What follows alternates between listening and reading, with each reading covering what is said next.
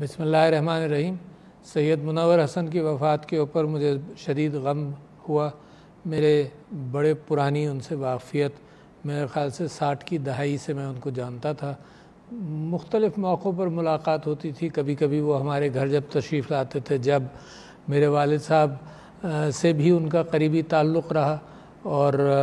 सैयद अबुल आला मौदूदी जब कराची आते थे या किसी अंदाज से मेरे वालिद साहब मिलने जाते थे तो भी मुनव्वर साहब के साथ कोई ना कोई मुलाकात का एहतमाम हुआ करता था। मेरी ज़ात के एतबार से मैं उनका हमेशा बड़ा मशकूर रहूँगा कि मेरे किरदार साजी के अंदर भी, नसीहतों के एतबार से भी, वो हमेशा अच्छी बातें किरदार साजी के हवाले से उनका ज़िक्र करते रहते थे। तो ये तो मेरा ज़ाती ताल्लुक़ इतना करीबी इसी माना करके था कि कुछ अच्छी चीज़ें उनकी नसीहतों की वजह से मैंने अपनी ज़िंदगी में अपनाई। मैंने उनके इलेक्शन के अंदर 1977 के अंदर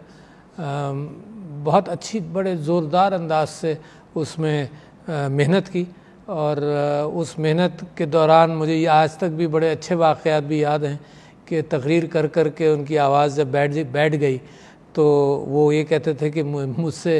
ये कहो ही नहीं कि तकरीर करनी है, ख़ुद ही बात कर लो जहाँ किसी नए इज्तिमा में जाओ। और जब मैं जाता था और फिर वहाँ लोग इसरार करते थे कि भाई उनसे तकरीर ज़रूर कराई जाए, तो मैं उनसे जब रिक्वेस्ट करता था तो गाड़ी में जब वो बैठते थे तो मुझे डांटते थे कि मैंने आपसे कहा था कि आप मुझे नहीं कहें, उसके बावजूद आपने मुझसे तकरीर करने को कहा। फिर वो इस्लामिक रिसर्च एकेडमी के दफ्तर में नॉर्थ नाज़िमाबाद में भी बैठा करते थे, तो मुख्तलिफ़ मौक़ों पर उनके पास जाकर कुछ गुफ्तगू इंटरनेशनल रिलेशंस के एतबार से, उम्मा के एतबार से, और जब भी हालात, सियासी हालात में ऊंच नीच होता था तो मैं और मेरे दोस्त ज़हीरुल इस्लाम और सैफुद्दीन जो काउंसलर भी रहे हैं, हम तीनों उनके पास चले भी जाते थे, गुफ्तगू करते थे, और बड़े बाइल्म शख्सियत थे। बड़ा अच्छा उनकी नज़र थी मुसलमानों के इर्तिक़ा के एतबार से, ज़वाल की तारीख़ के एतबार से, और क्या होना चाहिए इस्लामी रियासत के क़याम के लिए। तो इतना अच्छा मुदब्बिर, इतना अच्छा लिखने वाला, इतना अच्छा लीडर, तो मुझे उनके साथ जो दिली ताल्लुक़ था, इस वजह से मुझे बड़ा सख्त अफसोस हुआ। पिछले दिनों मैं कराची गया तो किसी शादी में उनसे मुलाकात हुई और उन्होंने अपनी बीमारी का ज़िक्र किया, तो मुझे अफसोस हुआ कि ये जिस बीमारी का उन्होंने ज़िक्र किया था वो उसके अंदर आहिस्ता आहिस्ता इंसान कमज़ोर ही होता चला जाता है। जब उनकी वफ़ात हुई तो उनके बेटे तलहा ने मुझे उनकी बीमारी के हवाले से भी गुफ्तगू की। तो मैं ये समझता हूँ कि जमात इस्लामी तहरीक के हवाले से मुनव्वर साहब एक हीरा थे, और उनके किरदार के बड़े पहलू हैं जिनसे मैं भी वाकिफ़ हूँ, और उनसे कहीं ज़्यादा बहुत सारे लोग, उनके रफ़ीक़, उनके वाकिफ़ रहे हैं।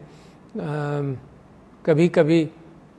तल्ख़ बातें भी वो मुझसे कहते थे सख्ती से कि ये ऐसा नहीं, ऐसा होना चाहिए, और मेरा उनका मोहब्बत का रिश्ता कभी किसी मामले में कमज़ोर नहीं हुआ। बल्कि जब मैंने तहरीक इंसाफ में शमूलियत अख्तियार की तो उनको एक ख़त भी मैंने लिखा कि किन वजूहात की वजह से मैं समझता हूँ कि मैं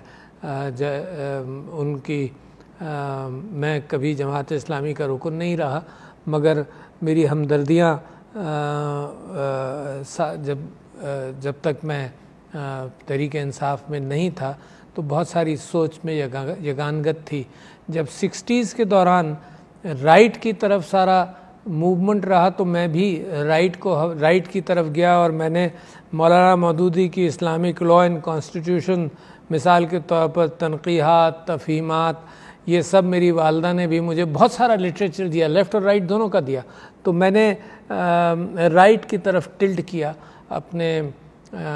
इंतख़ाबात, अपने कॉलेज के इंतख़ाबात में भी। वहाँ पर राइट और लेफ़्ट नहीं था, मगर ये कि उस ज़माने के अंदर 60 की दहाई के अंदर ये बहुत बड़ी पॉलिटिकल और थ्योरेटिकल और एनालिटिकल बैटल थी लेफ़्ट और राइट की। तो उसके अंदर मुझे इतने अच्छे अच्छे दोस्त मिले, मैं दोस्त भी कहूँगा मुनव्वर साहब को, इतने अच्छे अच्छे दोस्त मिले जिनकी वजह से जो कुछ चंद अच्छी चीज़ें अगर इखलाक के अंदर आई हैं تو انہی ذریعوں سے آئی ہیں۔ تو بہت شکریہ، اللہ تعالیٰ ان کی مغفرت کرے، اللہ تعالیٰ ان کو جنت کروٹ کروٹ جنت نصیب کرے، اور جو لواحقین ہیں ان کو صبر عطا کرے، اور جو خاندانی لواحقین اور جاننے والے اور رشتہ دار مگر ان کا دائرہ جو ہے وہ خاندانی رشتہ داروں سے کہیں بڑھ کر تحریکی رشتہ داروں سے تعلق رکھتا ہے، ان سب کو اللہ تعالیٰ صبر عطا کرے۔ شکریہ۔